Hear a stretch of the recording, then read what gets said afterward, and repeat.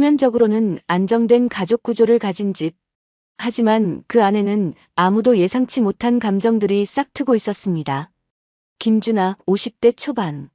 70대 남편과 재혼한 그녀에게는 이미 성인이 된 의붓아들이 있었습니다. 40대 연석, 이혼 후 본가로 돌아온 아들이었죠. 아침이 밝았습니다. 아버지는 벌써 새벽 회의를 위해 집을 나선 뒤였습니다. 준하는 늘 그렇듯 부엌에서 아침을 준비해두고 연석을 깨우러 그의 방 앞에 섰습니다. 처음에는 단순히 아들을 챙기는 마음에서 시작된 일이었습니다. 하지만 그 작은 습관이 훗날 어떤 의미로 바뀔 줄은 그때는 그도 전혀 알지 못했습니다. 똑똑 문을 두드리는 소리가 들렸습니다. 일어나요. 그는 천천히 몸을 일으키며 중얼거렸습니다. 벌써 아침이에요. 아버님은 벌써 나가셨어요. 회의 있다면서요. 연석은 한숨을 내쉬며 커튼을 젖혔습니다. 또 새벽부터 나가셨군요. 밥 차려놨어요. 나오세요. 준하는 연석과 나이 차이가 크지 않았습니다. 처음엔 입에 잘 붙지 않아 그녀를 어머니라 부르기까지 몇 달이 걸렸습니다. 그 호칭은 다름 아닌 아버지의 불호령 속에서 억지로 시작된 것이었습니다. 식탁 위엔 따뜻한 국과 반찬이 가지런히 놓여 있었습니다. 연석은 여전히 부스스한 머리로 자리에 앉았습니다. 또 늦게 잤죠? 보고서 정리 좀 하느라요. 몸 상하면 누가 대신 일해주지도 않아요. 그러니까 이렇게 챙겨주시는 거잖아요. 준하는 잠시 숟가락을 멈추고 그를 바라봤습니다. 말은 잘하네. 짧은 웃음이 오갔지만 공기 속엔 알 수 없는 기류가 스쳤습니다. 아직은 아무 일도 없었습니다. 그리고 둘 다 앞으로 어떤 일이 일어날지 상상조차 하지 못했습니다. 출근길 연석은 운전석에 앉아 아버지에게 전화를 걸었습니다. 전화기 너머로 들려오는 짧은 대답에 그는 늘 그렇듯 깊은 한숨을 내쉬었습니다. 늘 바쁘시네. 조수석엔 빈자리가 있었지만 이상하게도 그 자리는 준하가 차지하고 있는 듯한 착각을 불러일으켰습니다. 저녁 집으로 돌아왔을 때 부엌에 불이 켜져 있었습니다. 준하는 앞치마를 두른 채 조용히 국을 데우고 있었습니다. 연석은 문턱에 서서 그 뒷모습을 잠시 바라보다가 말했습니다. 하루 종일 혼자 계셨죠? 익숙한 일이에요. 신경 쓰지 마요. 그래도 저라도 빨리 들어와야겠네요. 준하는 고개를 돌려 그를 바라보았습니다. 잠시의 눈맞춤이 있었고 그리고 다시 불 앞에 섰습니다. 식탁 위에 국물만 남아 있었습니다. 준하가 물잔을 채워주며 가볍게 말했습니다. 아드님도 이제 혼자 오래 지냈잖아요.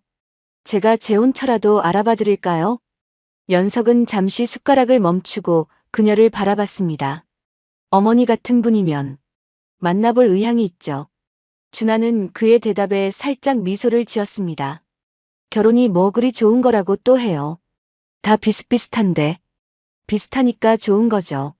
사람은 혼자 못 살아요. 짧은 정적이 흘렀고 둘 사이엔 알 수 없는 기류가 스쳤습니다. 그날 밤 연석은 잠자리에 들면서 이상한 기분이 들었습니다. 준하의 말이 자꾸만 머릿속을 맴돌았거든요. 사람은 혼자 못 살아요. 그 말이 단순한 조언이었을까요? 아니면 다른 의미가 담겨 있었을까요? 다음 날 아침도 똑같이 시작되었습니다. 똑똑 문을 두드리는 소리. 일어나요. 하지만 이번엔 연석의 반응이 달랐습니다. 좀 더 잘래요. 5분만. 안 돼요. 늦어요. 문 너머로 들리는 준하의 목소리에 뭔가 다른 톤이 섞여 있었습니다. 더 부드럽고 더 다정한. 정말 안 일어날 거예요? 어머니가 직접 깨워주시면. 일어날게요. 농담처럼 던진 말이었는데 방 안에 묘한 침묵이 흘렀습니다. 며칠이 지났습니다. 아버지는 여전히 바빴고 집에는 준하와 연석만 남는 시간이 늘어갔습니다. 또 안 일어나네요. 이번엔 준하가 문을 열고 방 안으로 들어왔습니다. 연석은 이불을 뒤집어 쓴 채 꿈쩍도 하지 않았습니다. 정말 버릇 없어졌어요. 준하가 이불 끝을 살짝 당기며 말했습니다. 연석의 맨 어깨가 드러났죠. 추워요. 이불 좀. 일어나면 안 춥죠. 준하는 침대 끝에 앉았습니다. 이상하게도 자연스러운 행동이었습니다. 어머니, 정말 5분만. 안 돼요. 아침 식사 차가워져요. 연석이 천천히 몸을 일으켰습니다. 부스스한 머리, 잠옷 차림의 그를 바라보던 준하의 시선이 잠시 머물렀습니다. 씻고 나와요. 준하가 일어서려는 순간 연석이 그녀의 손목을 살짝 잡았습니다. 고마워요. 이렇게 챙겨주셔서. 당연한 일이에요. 하지만 준하는 손을 빼지 않았습니다. 연석도 놓지 않았고요. 잠시의 정적. 그리고 준하가 먼저 손을 빼며 일어났습니다. 빨리 나와요. 문이 닫힌 후 연석은 자신의 손을 바라봤습니다. 방금 전 준하의 부드러운 손의 감촉이 아직도 남아있는 것 같았습니다. 아침마다 반복되는 일상이 조금씩 변화하고 있었습니다. 또 늦잠이네요. 이번엔 준하가 커튼을 젖히며 햇빛을 들여보냈습니다. 눈부셔요. 일어나야죠. 연석이 눈을 비비며 일어앉았습니다. 그때 잠옷 단추가 하나 풀어져 있는 걸 준하가 보았습니다. 단추가. 준하가 자연스럽게 다가와 단추를 채워주려 했습니다. 하지만 연석이 그녀의 손을 잡았습니다. 제가 할게요. 아, 네. 하지만 두 사람의 손은 여전히 맞닿아 있었습니다. 준하의 얼굴이 연석과 가까워졌습니다. 어머니. 네? 이상한 생각해도 될까요? 준하의 숨결이 미세하게 거칠어졌습니다. 무슨 생각이요? 어머니가. 정말 어머니 같지가 않아요. 위험한 고백이었습니다. 준하는 손을 빼려 했지만 연석이 더 세게 잡았습니다. 연석 씨. 저도 이러면 안 된다는 거 알아요. 하지만 준하가 일어서려 했지만 연석이 그녀의 허리를 감쌌습니다. 한 번만, 딱 한 번만 솔직해져도 될까요? 준하의 마음도 흔들리고 있었습니다. 외로웠던 밤들, 채워지지 않는 무언가들이 그녀의 이성을 흐렸습니다. 이러면 정말 안 돼요. 하지만 그녀는 떠나지 않았습니다.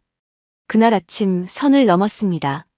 준하와 연석 사이에 돌이킬 수 없는 일이 일어났습니다. 연석의 떨리는 손이 준하의 뺨을 어루만졌고 준하는 눈을 감은 채 그 손길을 받아들였습니다. 정말 괜찮을까요? 이미 늦었어요. 준하의 목소리는 평소와 달랐습니다. 더 낮고 더 간절했습니다. 아침 햇살이 두 사람을 비추는 가운데 금기의 관계가 시작되었습니다. 준하는 연석의 품 안에서 오랫동안 잊고 있던 여자로서의 자신을 발견했습니다. 어머니, 그렇게 부르지 마세요. 지금만은. 그럼, 준하 씨? 네, 그게 좋겠어요. 두 사람은 서로를 바라보며 새로운 관계의 시작을 확인했습니다. 하지만 동시에 이것이 얼마나 위험한 일인지도 알고 있었습니다. 아버지가 알게 되면, 절대 알면 안 돼요. 준하가 연석의 입술에 손가락을 대며 말했습니다. 우리만의 비밀이에요. 그렇게 두 사람만의 은밀한 관계가 시작되었습니다. 그 이후로 아침이 달라졌습니다. 여전히 문을 두드리는 소리로 시작되지만 그 의미가 완전히 바뀌었죠. 아직도 안 일어나요? 준하의 목소리에 다른 뉘앙스가 섞여 있었습니다. 어머니가 깨워주시면 일어날게요. 이제는 둘만의 암호가 된 말이었습니다. 준하는 방 안으로 들어와 연석 곁에 앉았습니다. 버릇 나빠졌네요. 누구 때문에 그런 것 같은데요? 연석이 준하의 손을 잡아당겨 품에 안았습니다. 얼른 깨워줘요. 나 아직 자고 있어요. 어떻게 깨워드릴까요? 준하의 부드러운 목소리에 연석의 가슴이 뛰었습니다. 준하 씨가 알아서 해주세요. 그렇게 두 사람만의 달콤한 아침 의식이 시작되었습니다. 준하는 연석을 깨우는 특별한 방법을 알고 있었고 연석은 그 방법을 기다리고 있었습니다. 아, 조금만 더 할 것 같아요. 안 돼요. 늦어요. 하지만 준하는 멈추지 않았습니다. 두 사람 모두 이 순간을 놓치고 싶지 않았거든요. 아침 햇살이 커튼 사이로 들어오는 가운데 두 사람의 은밀한 시간이 흘러갔습니다. 며칠이 지나면서 두 사람의 관계는 더욱 깊어졌습니다. 하지만 동시에 위험도 커지고 있었습니다. 아버지 오늘 몇 시에 들어오신다고 하셨죠? 연석이 준하를 안고 있으면서 물었습니다. 9시쯤. 아마도. 그럼 시간이 좀 있네요. 연석 씨. 너무 위험해요.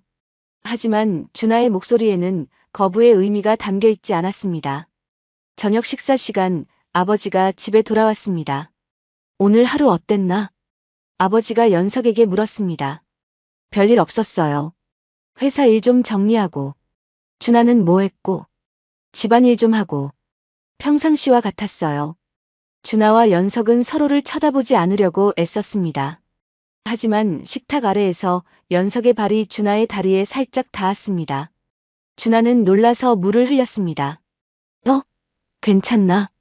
아버지가 걱정스럽게 물었습니다. 네, 괜찮아요. 그냥 실수했어요. 연석이 휴지를 건네주며 살짝 미소를 지었습니다. 준하는 얼굴이 빨개진 채로 휴지를 받았습니다. 요즘 좀 건망증이 있나 봐. 아버지의 무심한 말에 두 사람은 더욱 긴장했습니다. 그날 밤 아버지가 잠든 후 준하는 연석의 방으로 갔습니다. 너무 위험해요. 오늘 식사 때. 미안해요. 그냥 장난이었는데. 장난으로 하기엔 너무 위험한 일이에요. 하지만 준하는 연석의 방을 떠나지 않았습니다. 오히려 더 가까이 다가갔죠. 그러던 평소와 같은 어느 날 두 사람은 점점 대담해지고 있었습니다. 어느 날 오후 아버지가 갑자기 집에 일찍 들어왔습니다. 그때 준하와 연석은 거실에서 함께 있었습니다. 연석이 준하의 어깨에 기댄 채로 TV를 보고 있었는데 현관문이 열리는 소리가 들렸습니다. 아버지 오시나? 연석이 황급히 자세를 바로 했습니다. 일찍 오셨네요. 준하도 당황한 기색을 감추며 일어났습니다. 회의가 일찍 끝나서. 너희들 뭐 했어? 그냥 TV 보고 있었어요. 같이? 아버지의 시선이 날카로워졌습니다. 네. 드라마가 재미있어서. 준하가 어색하게 대답했습니다. 그래. 무슨 드라마인데? 그때 TV에서는 뉴스가 나오고 있었습니다. 두 사람은 서로를 바라보며 당황했습니다. 방금 채널 돌렸어요. 연석이 급히 변명했습니다. 아버지는 의심스러운 눈으로 두 사람을 바라봤지만 더 이상 추궁하지 않았습니다. 그날 밤 준하는 연석에게 말했습니다. 너무 위험해요. 이제 그만. 준하 씨. 아니에요. 정말 위험해져요. 하지만 연석은 준하를 놓아줄 수 없었습니다. 준하도 마찬가지였습니다. 한 번만 더. 마지막으로. 그렇게 말하면서도 두 사람 모두 이것이 마지막이 될 수 없다는 걸 알고 있었습니다. 관계가 깊어질수록 두 사람은 더욱 은밀해졌습니다. 아침마다의 의식은 이제 하루 중 가장 소중한 시간이 되었습니다. 오늘도 안 일어나시네요. 준하의 목소리에는 이미 다른 의미가 가득했습니다. 어떻게 깨워주실 건가요? 아시잖아요. 우리만의 방법으로. 연석은 준하의 부드러운 손길에 몸을 맡겼습니다.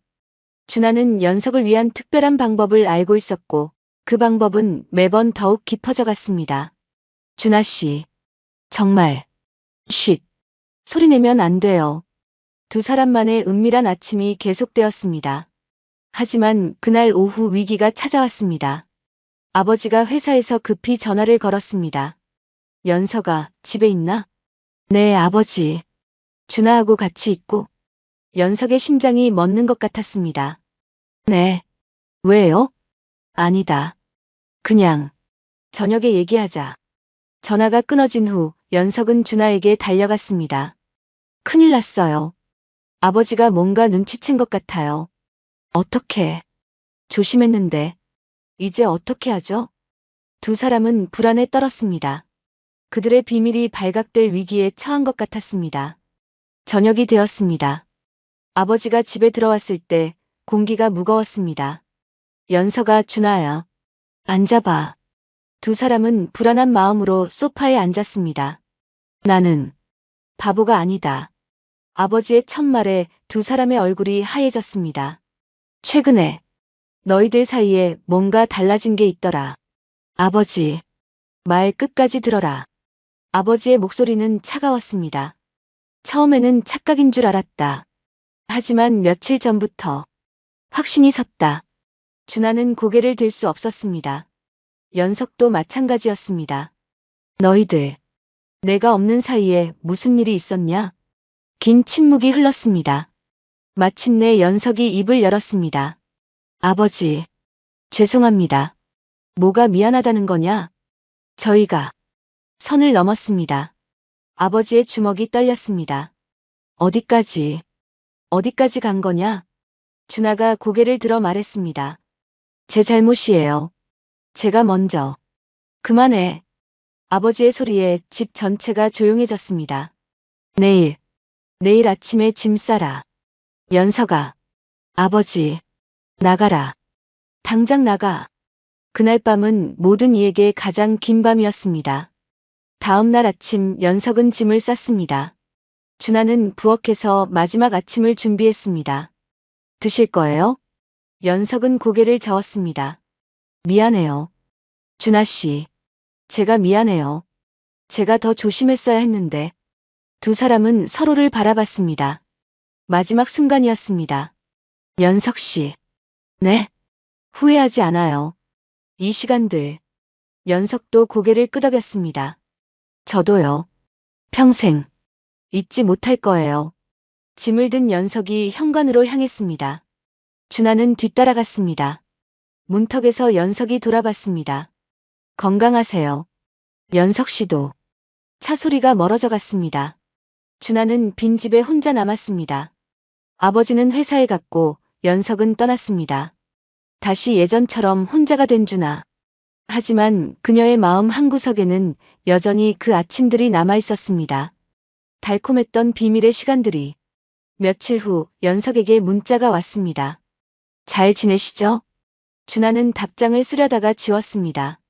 그리고 다시 썼습니다. 네. 연석 씨도. 그리고 덧붙였습니다. 아침에. 가끔 생각나요. 연석의 답장은 오지 않았습니다. 하지만 그것만으로도 충분했습니다. 어떤 사랑은 끝나지 않습니다. 하지만 그것이 옳다는 뜻은 아니죠. 준하도 알고 있었습니다. 자신들이 한 일이 용서받을 수 없는 배신이라는 것을, 아버지를, 가족을, 도덕을 저버린 일이라는 것을. 연석도 마찬가지였습니다. 아무리 외로웠다고 해도, 아무리 진심이었다고 해도 해서는 안 될 일이었다는 것을 그도 알고 있었습니다. 그럼에도 그들은 그 시간을 그리워합니다. 잘못된 줄 알면서도 후회해야 마땅한 일인데도. 인간이란 참으로 모순적인 존재입니다. 그로부터 2년이 더 흘렀습니다. 준하는 여전히 그 집에서 살고 있었습니다. 하지만 모든 것이 달라져 있었죠. 아버지는 그날 이후 준하를 대하는 태도가 완전히 바뀌었습니다. 따뜻했던 말투는 사라지고 차가운 예의만이 남았습니다. 집사를 대하듯 그 이상도 그 이하도 아닌 관계가 되어버렸죠. 더 이상의 대화도 관심도 없었습니다. 아버지가 74세가 되던 어느 날 변호사가 집을 찾아왔습니다. 유산 정리에 관한 이야기였습니다. 부인께서는 법적 배우자이시니까 물론 몫이 있으시겠지만 변호사의 말을 들으며 준하는 깨달았습니다. 아버지가 이미 모든 것을 정리해 두었다는 것을. 집도 회사도 예금도. 준하에게 돌아갈 몫은 법이 정한 최소한뿐이었습니다. 그마저도 복잡한 조건들이 붙어 있었죠. 혹시 다른 준비해 두신 것은 없나요? 변호사가 조심스럽게 물었지만 아버지는 고개를 저었습니다. 없습니다. 그 한마디가 전부였습니다. 준하는 그제야 자신의 처지를 정확히 알게 되었습니다. 재산을 노리고 결혼했다고 생각하는 사람들이 있었지만 정작 그녀에게 돌아올 것은 거의 없었습니다. 아버지는 그녀를 철저히 배제시켜 두었던 것이죠. 연석과의 일이 발각되기 훨씬 전부터 말입니다. 한편 연석은 어떻게 지내고 있었을까요? 그는 서울의 한 아파트에서 혼자 살고 있었습니다. 아버지로부터 완전히 단절된 채로 말이죠. 회사에서도 쫓겨났고 경제적으로도 어려운 상황이 되었습니다. 하지만 그는 그 모든 것을 감수했습니다. 그리고 6개월 전 그의 삶에 새로운 사람이 나타났습니다. 같은 아파트에 사는 이웃녀였죠. 안녕하세요. 처음 뵙겠습니다. 엘리베이터에서 마주친 것이 시작이었습니다. 그녀는 40대 초반, 조용하고 차분한 성격의 여자였습니다. 처음에는 가벼운 인사만 나누었지만 점차 대화가 늘어났습니다. 때로는 함께 마트에 가거나 커피를 마시기도 했죠. 재혼 생각은 없으세요? 그녀가 조심스럽게 물었을 때 연석은 준하의 얼굴이 떠올랐습니다. 하지만 그는 고개를 끄덕였습니다. 있어요. 이제는 정리하고 싶거든요. 그렇습니다. 연석은 과거를 정리하고 새 출발을 하려 했습니다. 준하와의 그 시간들을 묻어버리고 싶었던 거죠. 며칠 전 그는 그녀에게 프로포즈했습니다. 저와 결혼해 주실래요? 네. 좋아요. 간단한 대답이었지만 연석에게는 새로운 시작을 의미했습니다. 결혼식은 다음 달로 예정되어 있었습니다. 조촐하게 가족들만 모시고 할 예정이었죠. 그런데 이상했습니다. 행복해야 할 텐데 마음 한구석이 허전했습니다. 새벽에 잠에서 깰 때마다 문득 그때 그 아침들이 떠올랐습니다. 아직도 안 일어나요? 준하의 부드러운 목소리가 귓가에 맴돌았습니다. 하지만 연석은 고개를 저었습니다. 이제는 정말 끝내야 할 때였습니다. 그 무렵 준하도 변화를 맞고 있었습니다. 아버지가 갑작스럽게 쓰러진 것입니다. 병원에서 돌아온 진단은 가혹했습니다. 시간이 많지 않으실 것 같습니다. 의사의 말에 준하는 충격을 받았습니다. 결국 혼자가 될 상황이 눈앞에 다가온 것입니다. 아버지는 병원 침대에 누워서도 준하를 차갑게 대했습니다. 마지막까지 용서하지 않을 작정이었던 것 같습니다. 간병인을 불러주세요. 아버지는 준하의 손길조차 거부했습니다. 그녀가 해준 것은 오로지 차가운 뒷바라지뿐이었습니다. 그리고 3개월 후 아버지가 세상을 떠났습니다. 장례식장에는 많은 사람들이 왔지만 연석의 모습은 보이지 않았습니다. 유산 정리가 시작되었습니다. 예상했던 대로 준하에게 돌아온 것은 법정 상속분뿐이었습니다. 그마저도 각종 조건과 제약이 따라붙었죠. 집은 1년 후에 매각 예정입니다. 그때까지만 거주 가능하시고요. 변호사의 설명을 들으며 준하는 자신의 앞날이 막막해졌습니다. 50대 중반의 나이에 갈 곳도 마땅치 않았습니다. 그 와중에 연석의 결혼 소식을 들었습니다. 아는 사람을 통해 전해 들은 이야기였죠. 연석 씨가 재혼한대요. 조용하게 했다던데. 그 말을 듣는 순간 준하의 가슴이 미어지는 것 같았습니다. 자신은 혼자 남겨진 채로 그는 새로운 삶을 시작한다니. 결국 그들에게 남은 것은 무엇이었을까요? 달콤했던 추억? 금지된 사랑의 낭만? 아니었습니다. 준하에게 남은 것은 남편을 배신한 죄책감과 깊은 상처, 그리고 외로운 노년이었습니다. 연석에게 남은 것은 아버지를 저버린 후회와 새 출발에 대한 부담이었습니다. 그들의 이야기를 들으시는 여러분께 전하고 싶은 말이 있습니다. 순간의 감정에 휩쓸려 저지른 일들이 얼마나 많은 사람을 아프게 하는지, 한 번의 실수가 얼마나 오래도록 우리를 괴롭히는지, 사랑이라는 이름으로 포장된다고 해서 모든 것이 정당화되지는 않습니다. 때로는 참아야 할 감정이 있고 넘지 말아야 할 선이 있습니다. 준하와 연석의 이야기는 경고입니다. 달콤한 유혹 뒤에 숨어있는 쓰디쓴 현실에 대한 끝것이 정당화되지는 않습니다. 때로는 참아야 할 감정이 있고 넘지 말아야 할 선이 있습니다. 준하와 연석의 이야기는 경고입니다. 달콤한 유혹 뒤에 숨어있는 쓰디쓴 현실에 대한 그들이 선택한 순간의 쾌락은 평생의 고통으로 돌아왔습니다. 잃어버린 가족, 무너진 신뢰, 외로운 말년. 그것이 금기를 넘은 대가였습니다. 오늘 사연이 마음에 남으셨다면 구독과 좋아요 부탁드립니다. 곧 다른 이야기로 찾아뵙겠습니다. 감사합니다.